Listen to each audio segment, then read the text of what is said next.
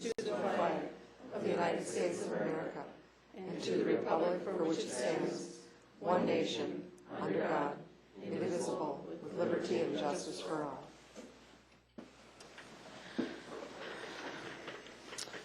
Okay, all members are present this evening. Do I have a motion to approve the agenda? So moved. By Dan. Second? Second. By Chad. All those in favor say aye. Aye. Aye. Opposed? That passes 7-0. Next up is the consent agenda, and these items are considered routine in nature and will be enacted in one motion. On the consent agenda this evening is the check wire transfer disbursement summary, the approval of the school board minutes from the regular board meeting on July 13th, resignations, terminations, and non-renewals. Do I have a motion to accept the consent agenda? By Ben, second by Dan. All those in favor say aye. Aye. Opposed? That passes 7-0. On to the gifts. Just look at the gifts here for 1 second. Sorry. Page.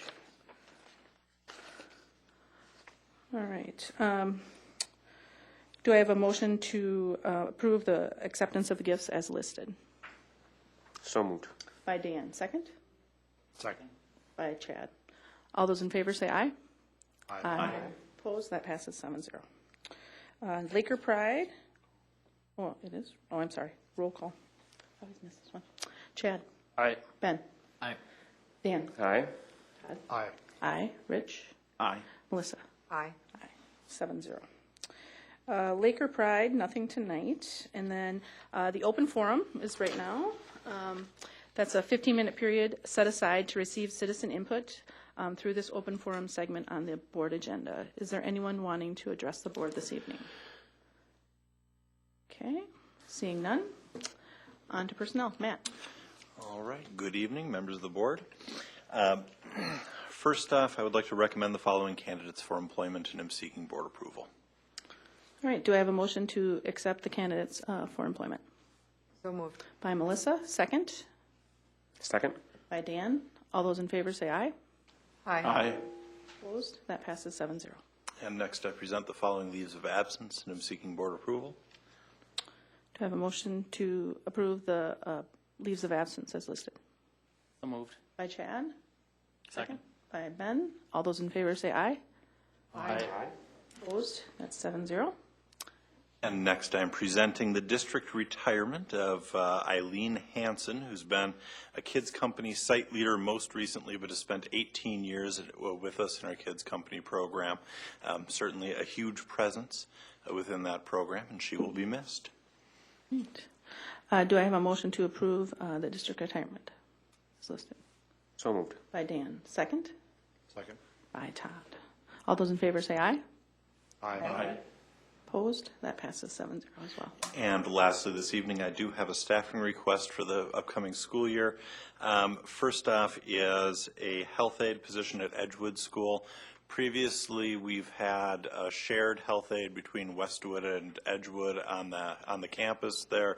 However, with the increase in programs at Edgewood, there's become a need to have two health aides there. Between community ed dollars and also our third-party billing dollars, we will be able to cover the cost of this without an encumbrance to the general fund. And then secondly, we have a request for an additional cross-country assistant coach at the middle school. We currently have one coach. This would be a second coach. It would give us a ratio of 20-1. And with students running outside on city streets, this is something where we really want to maintain those lower ratios to maintain safety. So with that, I make my request. All right. Do I have a motion to approve the staff requests as listed? So moved. By Todd. Second. Second. By Melissa. Any questions? All right. Seeing none. All those in favor say aye. Aye. Opposed? That passes 7-0. And next up is old business, the Innovation Zone presentation.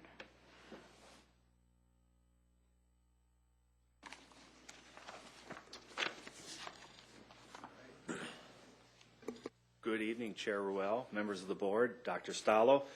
Heather Fitzloff, Assistant Principal at the high school, is here with me this evening to provide a presentation on the Innovation Zone and provide an update. I also would like to draw your attention to our audience. We do have 2 members from our partnership school, Lakeville Area Public Schools. We have Dr. Lisa Schneider, who's in attendance with us tonight, and the Executive Director of Teaching and Learning, Ms. Barb Knudsen. They're here tonight as moral support and to show solidarity behind our blossoming partnership as we look forward and look ahead with the Innovation Zone. And so tonight, Heather and I will be giving a presentation. There's 3 parts of our presentation.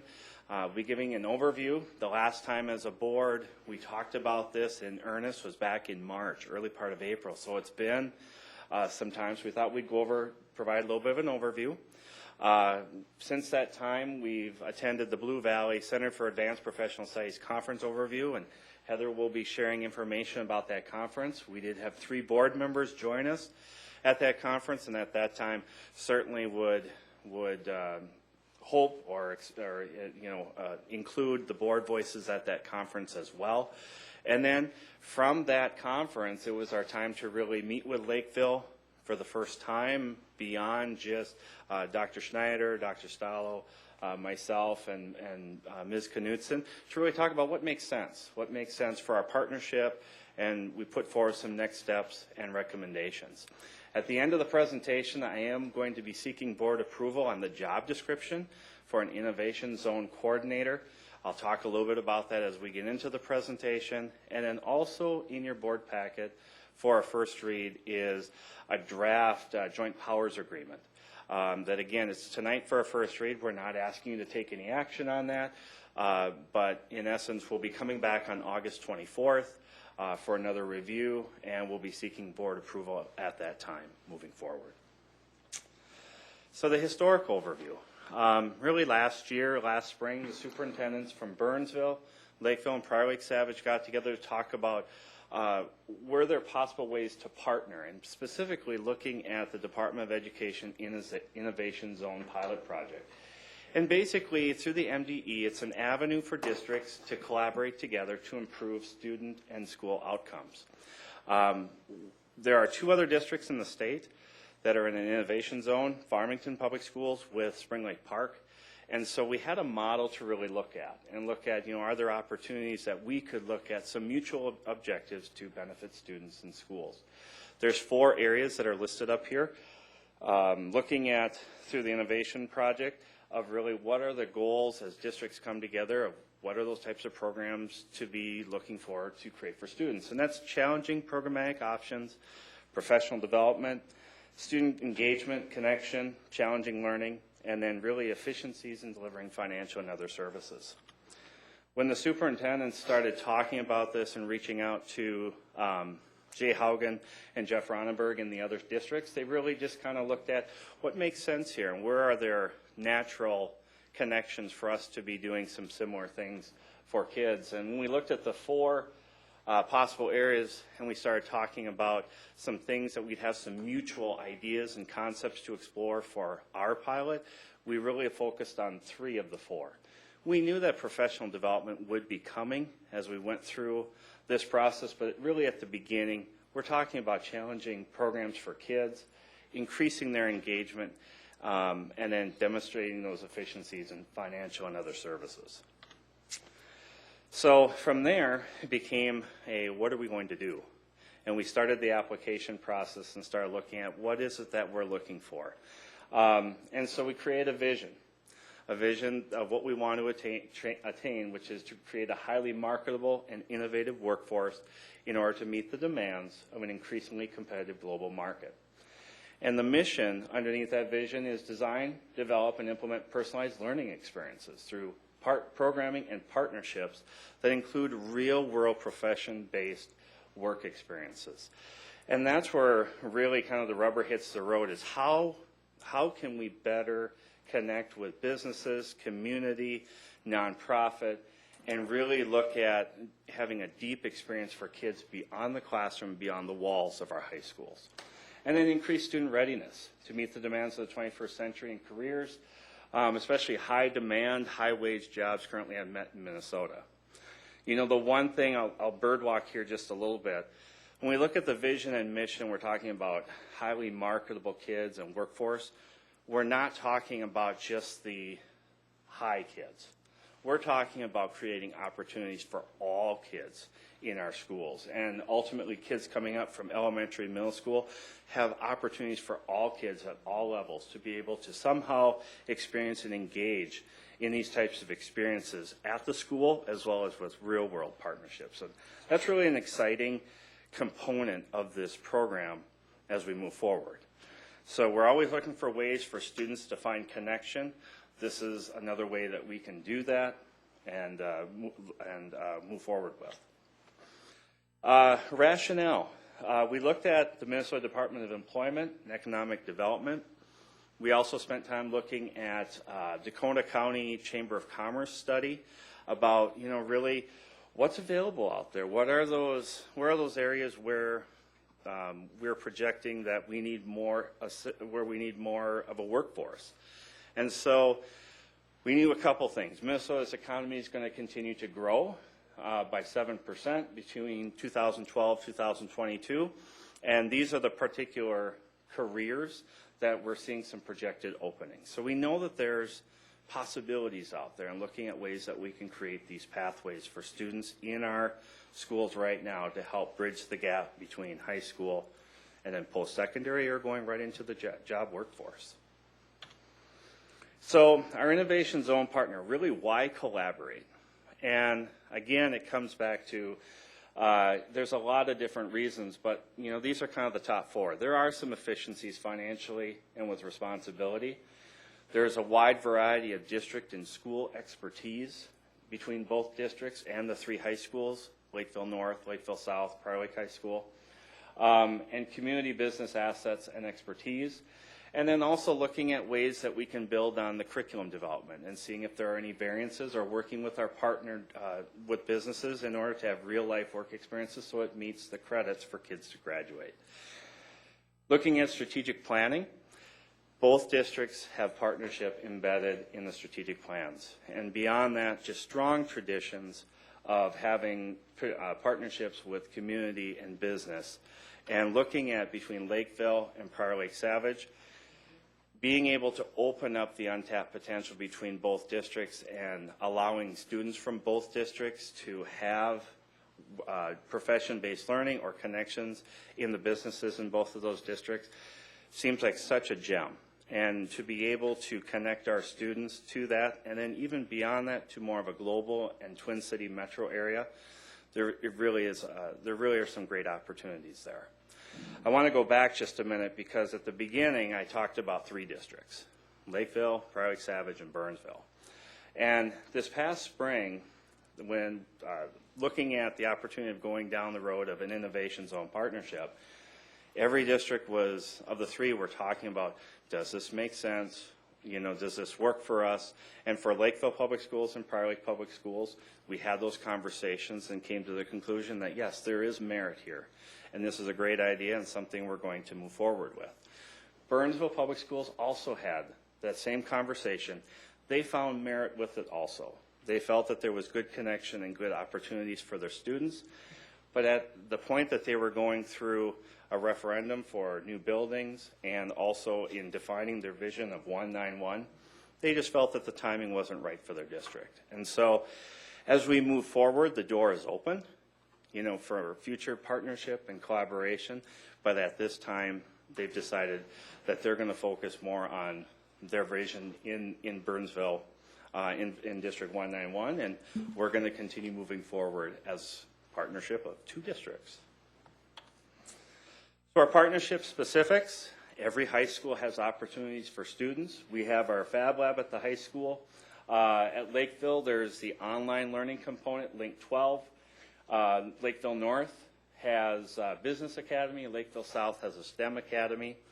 And then the other partnership specific here is developing a Center for Advanced Professional Studies. And it's a concept of this at this time, but the Academy is something that would establish partnerships with business, medical, nonprofit, cities and counties where we could have really tailored internships and mentorships for students to participate in for a larger portion of the day more regularly.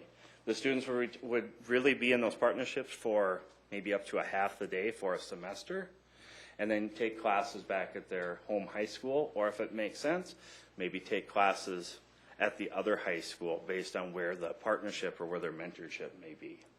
The benefits, again, is expanding, providing innovation and challenging programmatic learning opportunities, aligning the program opportunities to high-demand professions and careers, again, increasing student engagement, and then combine human capital, community assets, and district expertise to create profession-based learning.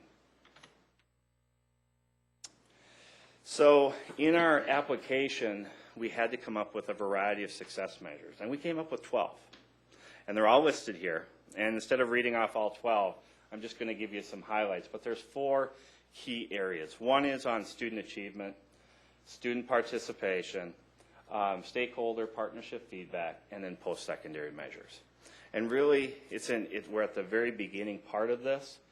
We're in the development stage, but as we continue to move further down this track, these are measures we need to keep in mind, and as we grow the program, more measures are going to evolve and come to the forefront as we develop a CAPS program or a Pathways program to really benefit our kids. But at the start, this is what we talked about. It's anything from high student achievement, closing the achievement gap, student registration. Do we have students that are participating in these? Likewise, do we have businesses and nonprofit reciprocal and wanting students to engage in this? Looking certainly at stakeholder partnership feedback. Is it a good experience for our kids? Likewise, is it a good experience for, is there a benefit to the kids participating in these types of experiences? And then post-secondary.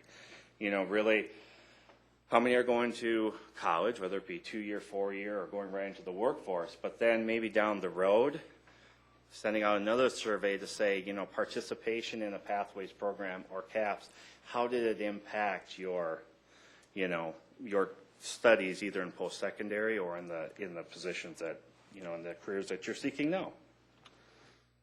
So these are what we hope to deliver, what we are going to deliver from a goal standpoint: increase the number of students participating in project-based learning for 2016-17 school year, increase graduation rate of targeted subgroups by at least 5%, and increase the number of students, of targeted students in profession-based learning to narrow the achievement gap by at least 50% of 2017.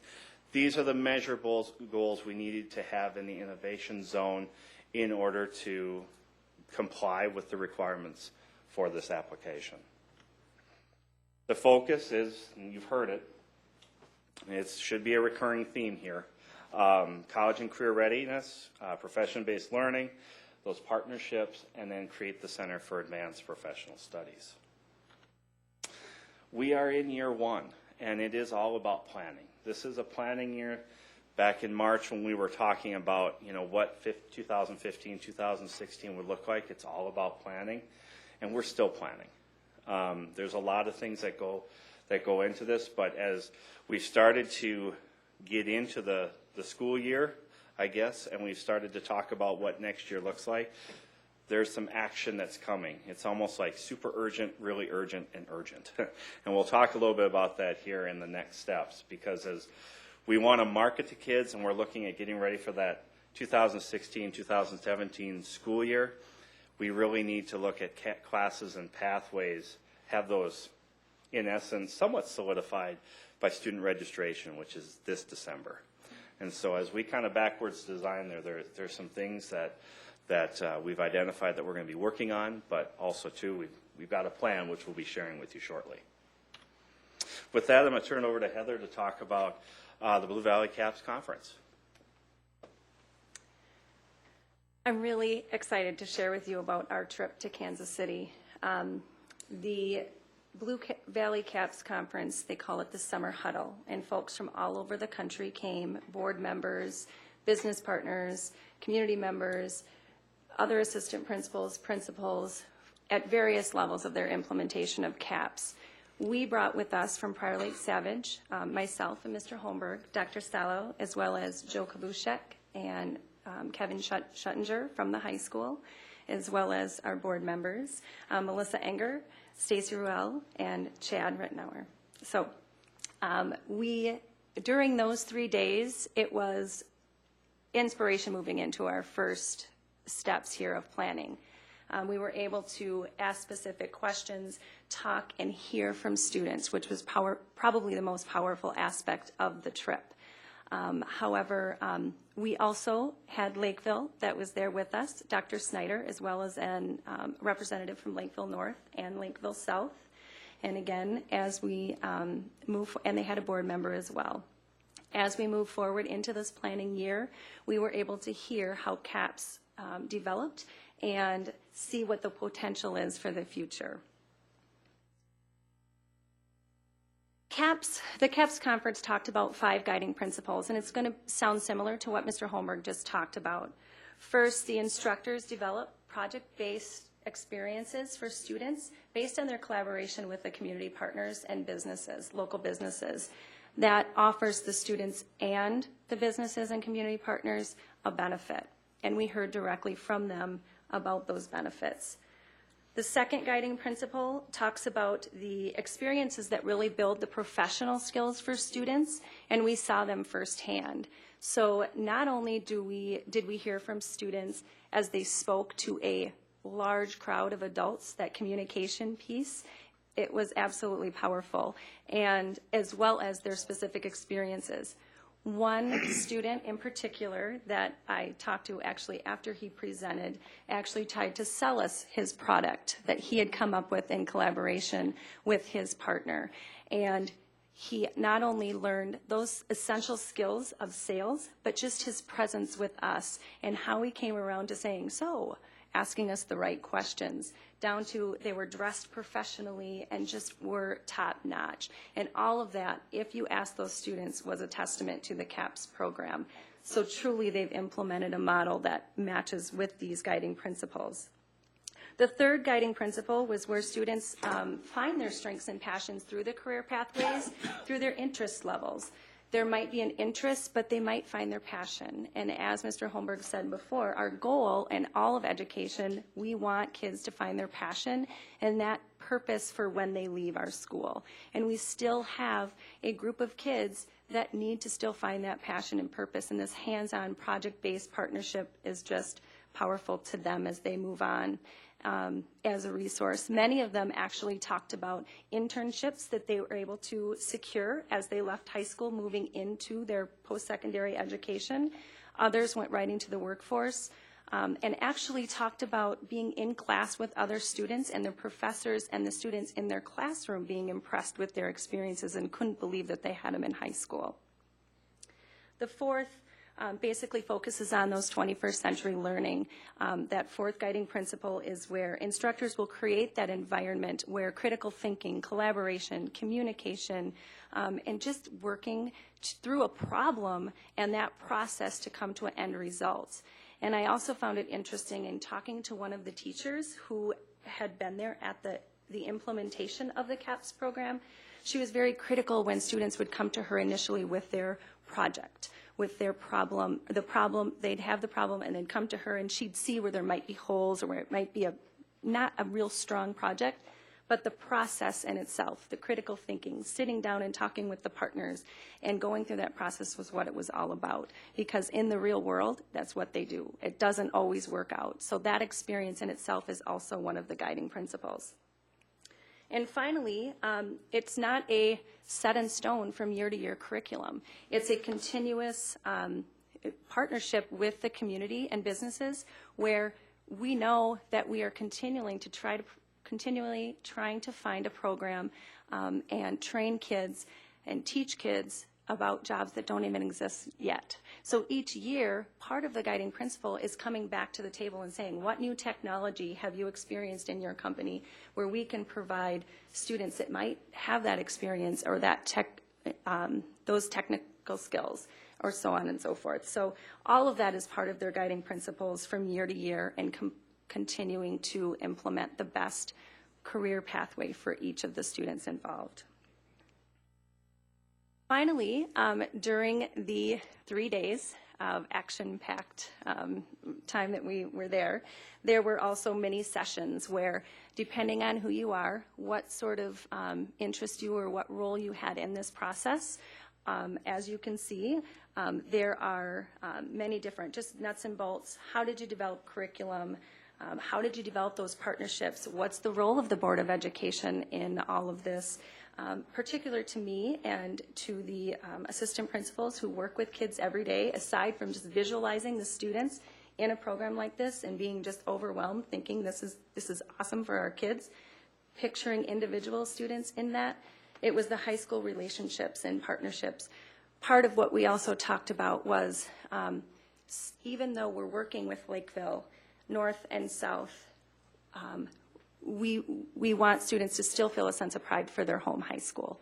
We want them to still feel like Lakers. And so part of that was asked, and many of the students, that's why it's for part of a day or maybe a class, as well as can they still participate in activities and how are the instructors and working that out. And we found that the kids all said, oh yeah, if I had a basketball practice or speech practice or the musical practice, they were very flexible in that. So being mindful of that was something that was important to me too, as a representing high school kids and working with them and what's important to them. I think one of the analogies was, after school, this is another positive, after school they go and they play at Lakeville North in volleyball on Thursday night. And the next day they might be working collaboratively with their teammate their opponent as they come back to the table the next day. And that in itself is another life skill that's just valuable about all of this. So lots of conversations firsthand from folks that had implemented 1 year, were in planning phases, or 2 and 3 and 4 and 5 years already in it. So all of those were very inspiring, I think, for everyone that was in attendance. And it really helped us to move into our discussions, kind of bring us back to, this beautiful building and all these options that Blue Valley Caps had to, oh gosh, how do we just get started? So we were able to take that opportunity and sit down with Lakeville and come up with next steps as we move towards implementation, hopefully a year from now. With that, I will turn it over to Mr. Holmberg for those plans. Yes, as Heather mentioned, it was a great opportunity for our group to meet with Lakeville and really talk about, kind of taking the application, looking at what we're seeing at CAPS. We also, what we haven't said tonight is we also went up and saw Minnetonka's Vantage program, which is a similar program to the Blue Valley CAPS. So we have some local connections to see how it's done there too. And we just started to talk about how do we take an application with a vision and mission. We've got real life examples between Blue Valley and Minnetonka Vantage. And then between 2 school districts, bring it together so that we have something that meets our students' needs. And so we really started having that conversation about what makes sense, what's the next steps, and tonight is one of those steps, is really that communication with our school boards about what we plan to do. And so really first step here is development of implementation plans. And one of the things we see here, and we've worked on in Prior Lake Savage, is that 30-day, 60-day, 90-day. What needs to happen in the next 30 days, 60 days, 90 days, so that we start to identify those things that, again, might be really urgent or somewhat urgent or just urgent as we start looking and getting into the school year. And there's really 4 areas. It's curriculum, communication, administratively and at school board level, and then also community business partnerships. And so on the curriculum side of things, we have that job recommendation for you this evening, which I'll talk to you about in just a little bit. We need to start talking about curriculum development, looking at opportunities, areas of interest. We've talked about sending out a student survey to gauge students' interest in what type of career pathways or potential job and profession-based to gauge their interest as we identify these areas. Again, registration guide is coming up in December, and so we need to backwards design from that. And any curriculum that we're working on has to be inclusive of Prior Lake High School, Lakeville North, Lakeville South high school teachers. So it is a true collaborative effort, and that we have professionals and staff from all three of those schools working in concert for student outcomes. We've talked about the role of a consultant, and again, there are consultants out there, and we've talked about reaching out to see if, at the beginning part what expertise and what level of connection they can offer to help us get off the ground to a point where it's sustainable. Meetings with post-secondary, we have great relationships with Normandale and Inver Hills. You might hear later tonight that a lot of our students in the enrollment side with post-secondary enrollment attend Normandale, and so we do have good connections there. We also have connections with the University of Minnesota and University of Minnesota Mankato. And then coming back to that innovation application, either revise the plan so it's reflective of Prior Lake High School and Lakeville North and South. And then there's also that joint powers agreement, which is a draft that you have this evening. On the communications side of things, again, we're still at the concept of this Center for Advanced Professional Studies. And so we need to recognize that, spend some time talking about a name, a formalized name, branding, marketing, and joint communications between Lakeville and Prior Lake. And then we need to start, once we're clear with that, we need to start reaching out and having meetings with the community for the Chamber of Commerce, Rotary meetings. We had our high school administrative retreat last week that we've shared this information with our administrators, and then upcoming a fall workshop, talking with our teachers, not just our high school teachers, but our entire district-wide teachers about what this is and how everybody can have a connection to this. Advisory board, we understand the value of that, but looking at seeking community members from both or actually all three communities, Lakeville, Savage, and Prior Lake, to serve on that and identify what that membership would be. Administratively and from a school board, we've had a variety of meetings, quite a few meetings, the superintendents, assistant superintendents, curriculum, high school administration. Much like tonight, you're receiving the information at a board meeting. Tomorrow night is Lakeville Area Public Schools board meeting. Dr. Salo will be in attendance there tomorrow night as this information is presented to the Lakeville School Board. We've talked in the future of having some joint school board work sessions and executive team meetings with the superintendents as we start moving forward. And then having that staffing for that TOSA, the job description, and then examining the role of a student advisory committee so that as we talk about student leadership, we can engage students in this process as well. And then the next steps, community business partnerships. Again, I've referenced it, putting together an advisory council, having community groups presentation. Again, if we're looking at tying into connections to the community, we want to get the word out of what we're seeking and what we're planning to do. Investigate a satellite campus, add into our classrooms. Several of the programs that have that Center for Advanced Study, not everything is like Blue Valley Caps, where they have their own high school building. That's really a different type of experience, given that that's the experience that they've created in Blue Valley. The model that's more familiar around here is working with our business partners to have satellite classrooms at those businesses. So our students would go to those businesses, nonprofit areas or medical areas to have classes there with teachers, and then from there have the learning experiences on site and working with projects that are hands-on for that experience. And then identify those community and business partners, invite them in, have an introduction, present the vision of the program, the specifics, and see if we can engage more partners in this project. So before we get to the discussion, and I guess I would again invite our board members who went to Blue Valley just to share a few words if they feel comfortable. We have a job description for the Innovation Zone Coordinator. I've worked with the Lakeville contingency as well as Executive Director Mons with the job description that's in your board packet. One thing just to note, once we settle on a name for our Center for Advanced Program Studies person, the name may change in the future, but the responsibilities that are in the job description will stay largely the same. So I am seeking approval on that job description this evening, understanding that the actual title may change down the road. And then just to draw your attention to that draft joint powers agreement, again, that's going before Lakeville tomorrow night.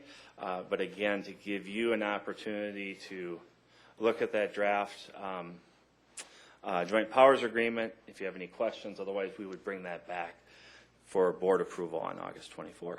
So. Okay. Melissa, Chad, do you guys want to give it your thoughts? Anybody? Sure.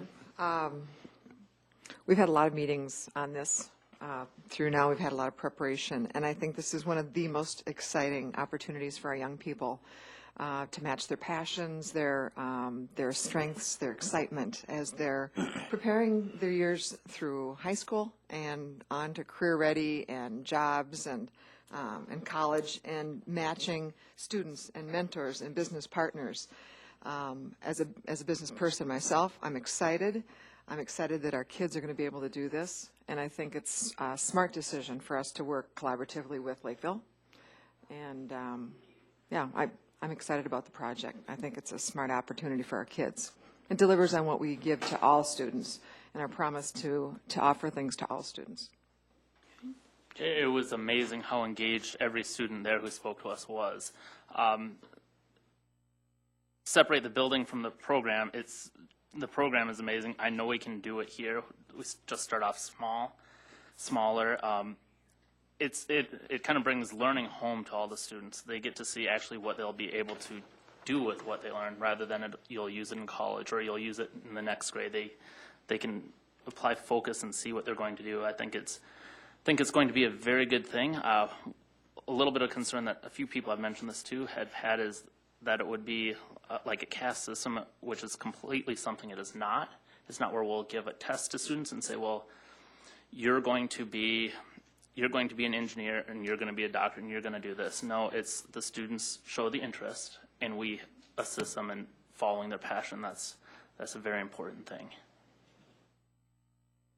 And I would just echo that. I think it was really exciting to be able to give these opportunities to our kids. I think, given the size of both of our districts, collectively, I think we're probably talking, I don't know, Lisa, you might have to, but, 4,000 or 5,000 students are possibly going to be able to get to this, as an opportunity. So, I think being able to work together, I think we saw models there too where, there was one district, two districts. I heard of one that had 7 districts working together.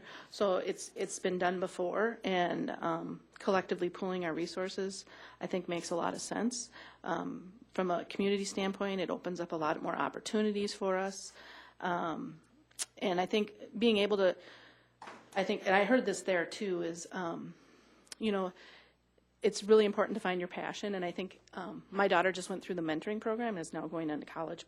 And she did something, but she found out she didn't like it. And there is value in that as well, because I think when the world is like this big to kids, it seems overwhelming. And if they can have something that's real and to have that experience where they can picture themselves even doing just a little piece of some type of work and make that, relationship, there's a lot of value there in giving them direction. So I'm really excited about it.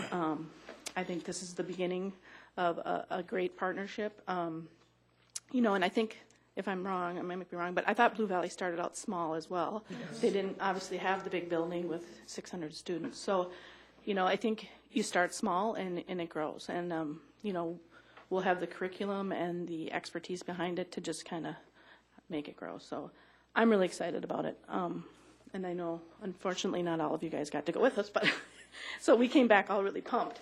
And I guess I would open it up to you guys if you guys have questions of us or of Jeff or Heather or anybody, just to kind of let out and have some discussion about And it. Blue Valley definitely did start with having all the classes at their Right. other sites. Yeah, through their partners. Through and their things. partners, Yep. yes. Yep. Through their business partners. Yep. Go Yes, ahead. I had one.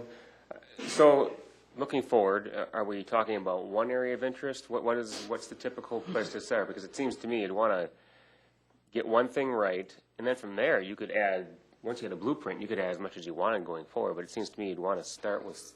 Were you at Valley Caps with? Oh, I'm sorry. We had a lot No, of but discussion on that. I did talk to Chad a little bit, so I did hear that was a recommendation. So what's the That is vision? exactly, we're talking about how can we build on with the engineering in the Fab Lab. How can, maybe it's an opportunity to expand Fab Lab where we can go out to local businesses that we have connections in with engineering and to see if there'd be willing partners there. I know Lakeville has connections with the medical and healthcare industry, and so they're looking at those types of connections. But certainly, starting with the programs that we've had success, that we have built, and then expanding from there. We've talked in the future, environmental education is deep. In Prior Lake Savage, we have a host of partnerships with Three Rivers District, DNR, Fish and Wildlife.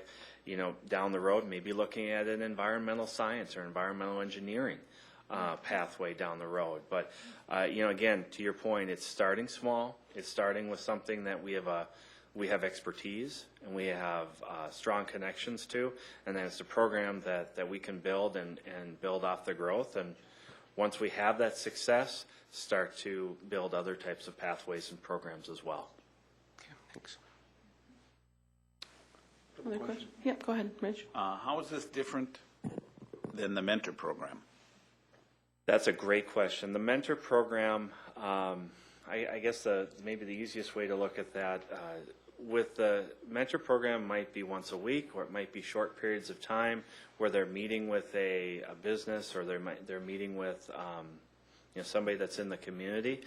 What's different about this is students are actually given real projects from the business or from the organization to work on collaboratively, either as a group of students or with people that are working within that industry.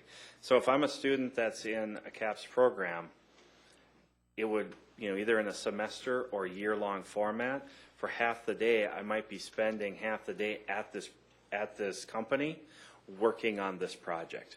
The team. With the team. Okay. And then the other half the day back at the high school working on classes towards graduation. The key is, as I'm working as a team on these projects with these either nonprofits or business or community partners, that the projects meet criteria for graduation and graduation requirements. And so that's where that educational planning comes in, that as we look at engineering, are there math credits, are there communications credits or things like that that we can embed within the project, so that as students are doing that real life problem solving and those plans, they are actually having demonstrable evidence they can apply towards high school graduation. And then one more, if I could. You talked about subgroups in some of your goals. What subgroups? Is it targeted specifically for subgroups? Yeah. Or is this a program for subgroups only? No. Okay, so talk about that subgroup goal, if you would. Subgroup. The subgroup goal is relative to the achievement gap. I mean, from this Department of Education, obviously we're focused on student achievement for all students, but we're talking about equity of programs for students as well.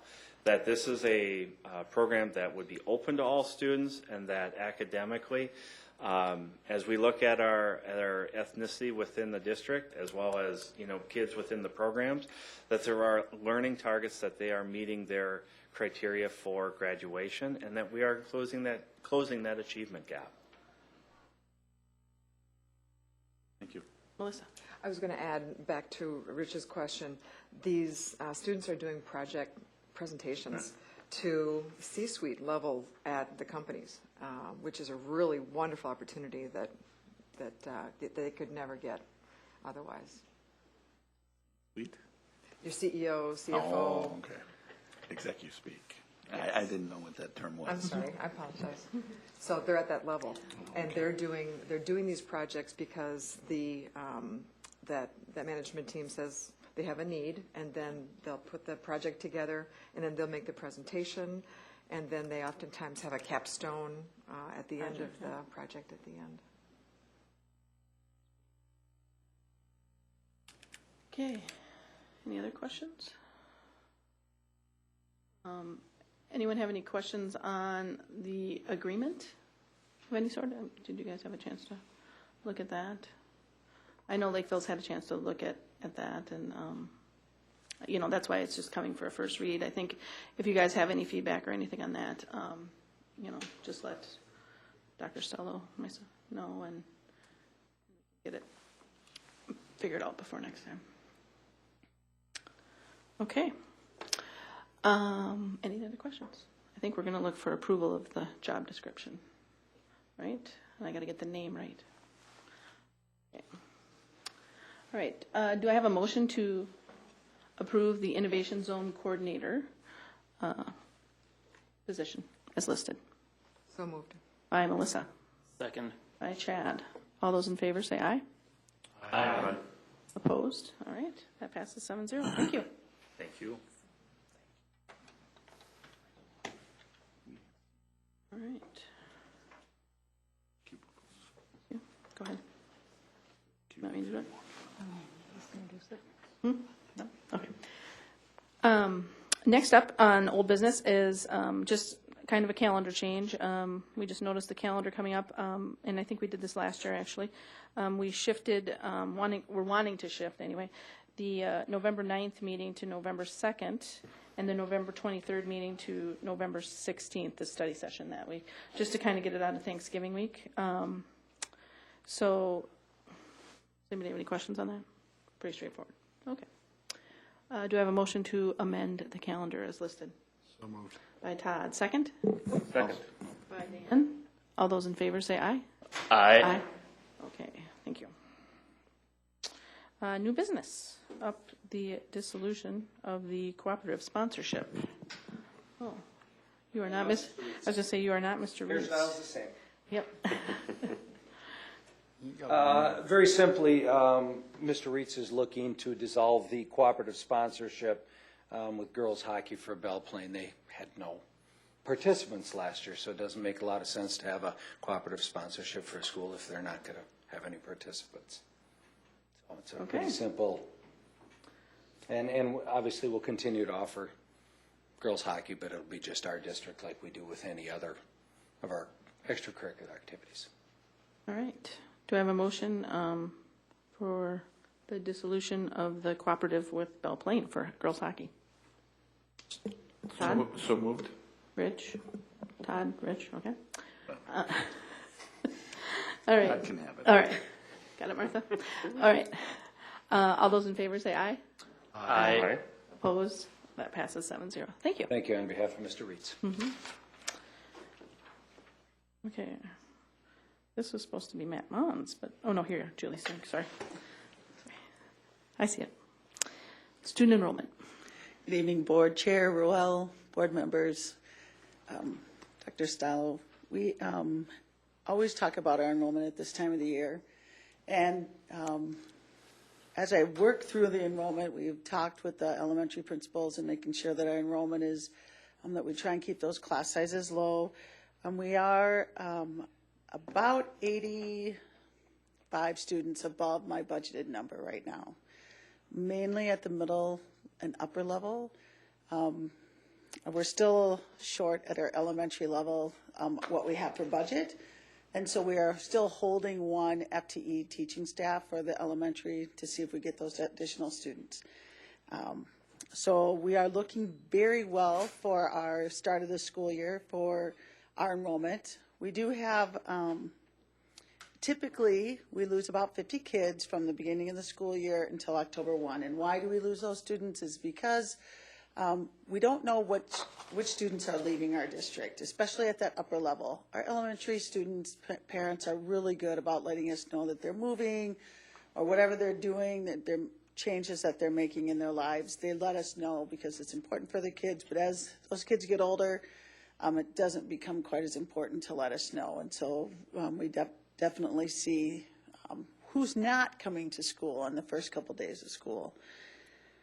However, that still leaves us fairly well off for the start of school, right on target. The interesting piece about today is I got my enrollment numbers this morning at 10 o'clock. And since 10 o'clock this morning, we have had 17 students enroll in our school. Since 10? since 10 o'clock this morning. So it's definitely October, or August, yeah, not October yet, August. We definitely have parents now seeing some urgency of getting their students enrolled. If that trend continues, of those 17 students, 11 of them were elementary. So we very well may be releasing that additional FTE to our elementary staff here in the next day or two, if we continue to see that growth coming at the elementary level. Exciting things happening here in Prior Lake Savage School District. So that's just an update about our enrollment. Any questions concerning that? When will, you're going to come back with us in 2 weeks and let us know anymore, or? Well, absolutely. Okay. I will keep you updated. Checking. If we See how have many we've grown needs since then. yes, I'm sure we will. If we have needs over and above what the board's allocated, we're still holding a couple pieces. And if we see that need happening, we will definitely let you know if there's something in addition that we need. Okay. Any other questions? All right, thank you. You're up again, right? PSEO. Yeah. I want to talk to you about an opportunity that we have with Normandale Community College. We have something called an income contract that they are looking at, that we've investigated some work on this. In the past, last year, we'll just talk a little bit about last year, we had 87 students attend Normandale Community College. 12 of those were full-time students and about 75 part-time students attending Normandale Community College. When that happens, we claim those the full-time students, we get 12% of our basic formula is what we see in revenue for those students attending college full-time and PSEO. For those students that are part-time, however, we claim the amount of time that they're in our high school, and Normandale gets some revenue as well from the state of Minnesota for the time that they're spending at the college. Now, because those two components don't seem to quite mesh to be a full-time FTE for our students in terms of money, what happens is we get a little bit of money and Normandale gets a little bit of money and the state keeps a little bit of money, is what has happened in the past. And what we're looking at now is that we would claim our students as full-time students in our district. And Normandale would charge us $225 per credit, per semester credit, to the district, and we would pay that fee to them. And what happens is we would keep then all the dollars that the state is currently keeping. The students for the $225, they would get their books and their semester credit for the year, and we would pay that on behalf of the student. So it's a little bit of a win. Actually, Normandale would get a little bit more money than they've been getting from the state, and we would see more money as well. So it's kind of a win-win situation for both Normandale Community College and Prior Lake Savage School District. And so what I'm looking for is some approval from the board to move ahead with this. In terms of what would we see if we were looking at last year's numbers, it's about $100,000 for our district. It's a significant number.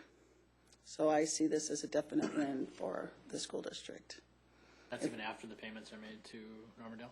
After the payments are made. Alrighty.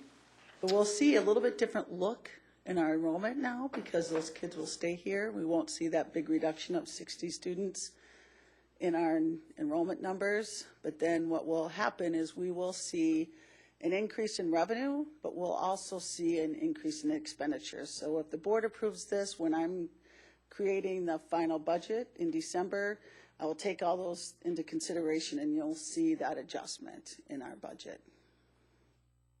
No real downside here. There's no real downside. Okay. It's a nice option for us, and it's a little bit, it's happened in the past in different districts, but it is a little bit different now that when they change the weighting and the dollar amounts, so it really does make a bigger difference now than it has in the past. Rich, you had a question? So Normandale does this with all these students from all the districts then? has this type of contract with other school They districts? do have this type of contract with a few other school districts in the state. Seeing other community colleges do the same thing? Like We are they- looking into it with other community colleges as well. This is our biggest one, however. This is definitely our biggest. And it's more of a community college type of thing than it would be like our state UM? universities. Yeah. Because I would think the credits at the U of M. Well, and I think it's a billing issue, it's a credit issue, books. It's a little bit more involved than on their part for Normandale to do the administration of it. Basically, this is a technical maneuver to capture capture more revenue around, to get away from current statutes. Get away from, I'm sorry. The current statute Yes. in Minnesota, so they can It's a way keep to them capture in. those dollars and keep them in our district, correct. Any other questions? Okay. Do we have a motion to approve the PSO agreement with Normandale Community College as presented? So moved. By Chad, second by Dan. Is that right? Okay. All those in favor say aye. Aye. Opposed? That passes 7-0. All right, thank you. And the budget calendar. Give me one more time. Yes, here you are. The budget calendar is very similar to what we've done in the past. As you know, this is in the second year of the biennium, so we're usually able to see our budget process go a little bit quicker than it has in the past, but it's still out there the same as it is this year with going through all of the processes that we have, approving the audit. We're looking to really do that in October of this year to move that process ahead. So it gives us a little bit more time to prepare for that final budget in December. And we usually approve the audit in November, so we're really trying to push that to October this year. That's the biggest change. Otherwise, it's still developing that budget starting in January for the 16-17 school year and moving ahead with that process and with a preliminary budget approval in June. And if we can do it earlier like we have in the past in that second year of the biennium, we would certainly look at doing that as well. You're usually tired of hearing from me that many times. All right. Okay, we have to approve this. All right. Any questions for Julie on the calendar? Okay. Seeing none, do I have a motion to approve the 2015-16 budget calendar as listed? So moved. By Todd, second. Second? By Dan. All those in favor say aye. Aye. Opposed? That passes 7-0. Thank you. Thank you. And next up is policy, which I don't believe we have anything this month, and then administrative reports. Dr. Salo. Excellent, thank you. In Prior Lake Savage Area Schools, our district mission is to educate all learners to reach their full potential as contributing and productive members of our ever-changing global community. Our collective work is focused on achieving our mission, and I'd like to report on some of the work in which we have been engaged. First of all, Mr. Holmberg and Ms. Fasloff, thank you so much for the presentation. It was great to have Dr. Schneider and Ms. Knutson here as well, representing our partnership, board members who attended, other administrators who attended. It was a lot of your time to learn so that great things could happen for our students, so thank you very much.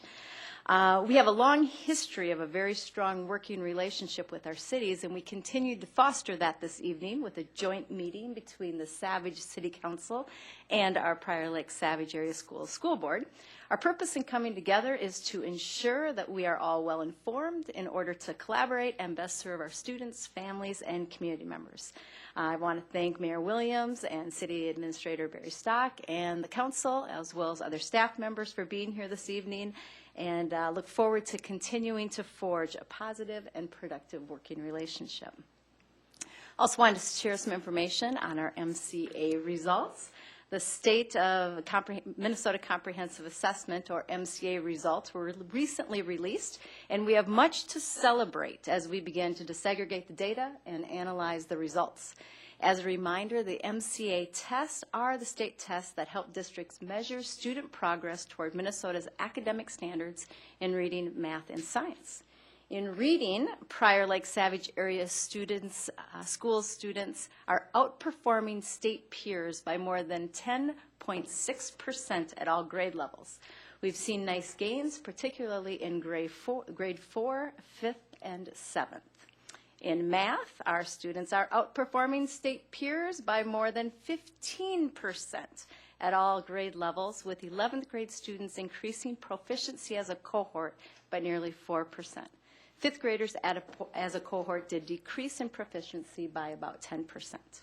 In science, students are outperforming state peers by more than 10.3% at all grade levels. 8th grade students increased in proficiency by 4% over the previous years.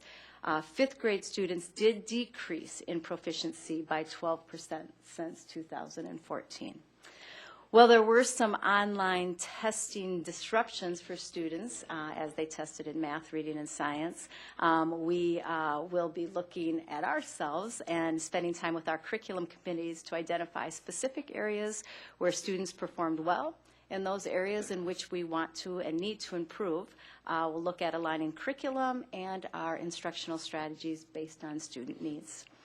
With the support of QComp and learning teams at each school, teams will review current student data to identify student achievement goals for this year and plan instruction to engage students and to meet those goals.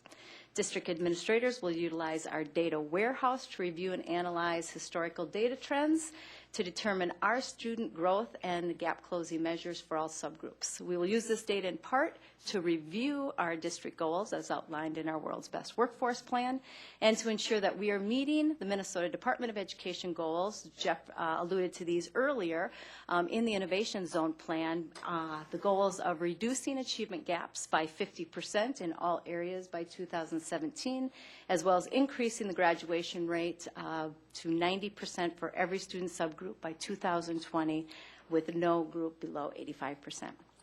Obviously, you will be hearing a lot more information about our data. We'll have a formal presentation regarding these results, which will be given to the board in September. I just want to take the opportunity to thank our teachers and staff for the great work that they did throughout last year to get such great results, and thank them in advance for the work that they'll be doing, disaggregating the data and analyzing it as we look for those areas that we want to improve.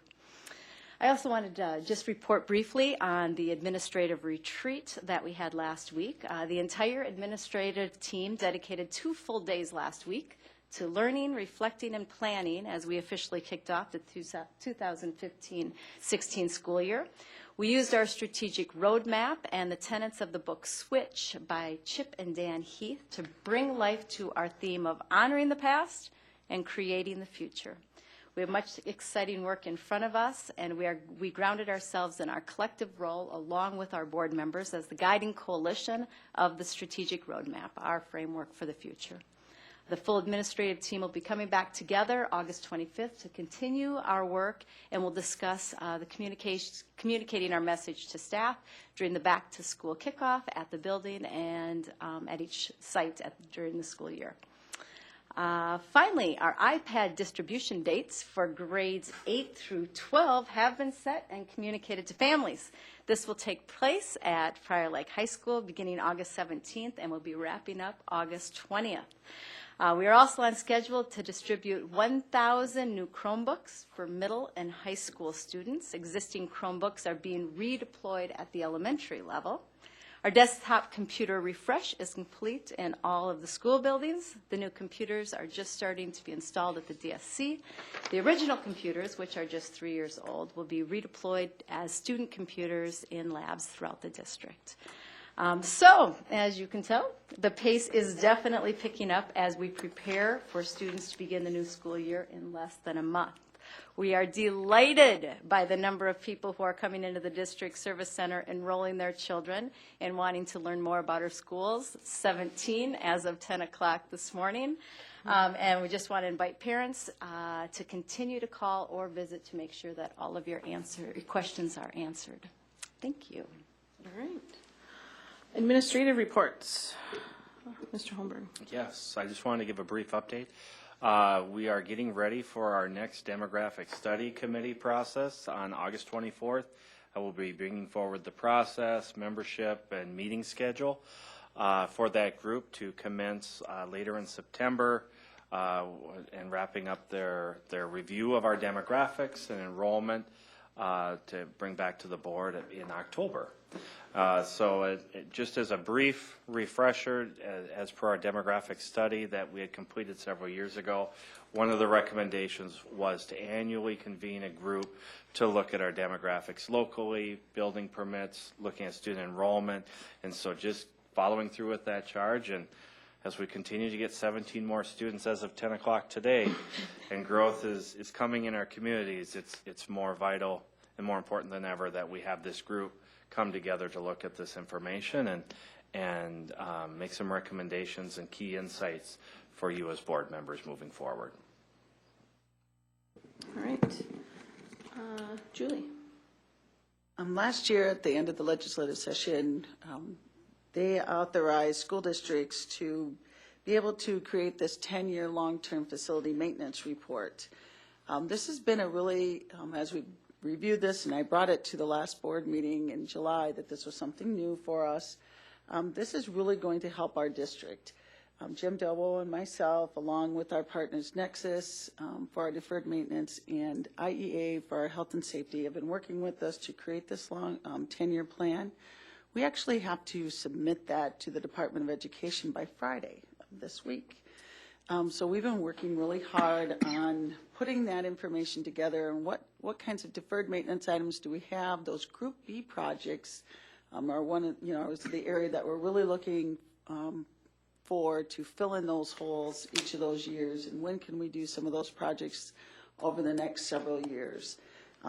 If Jim were be able to talk right now, he would tell you that it's definitely not enough money in this long-term facility maintenance to do all of our Group B projects, which we understand, but it is a vehicle of which we can definitely use to help us offset some of those costs.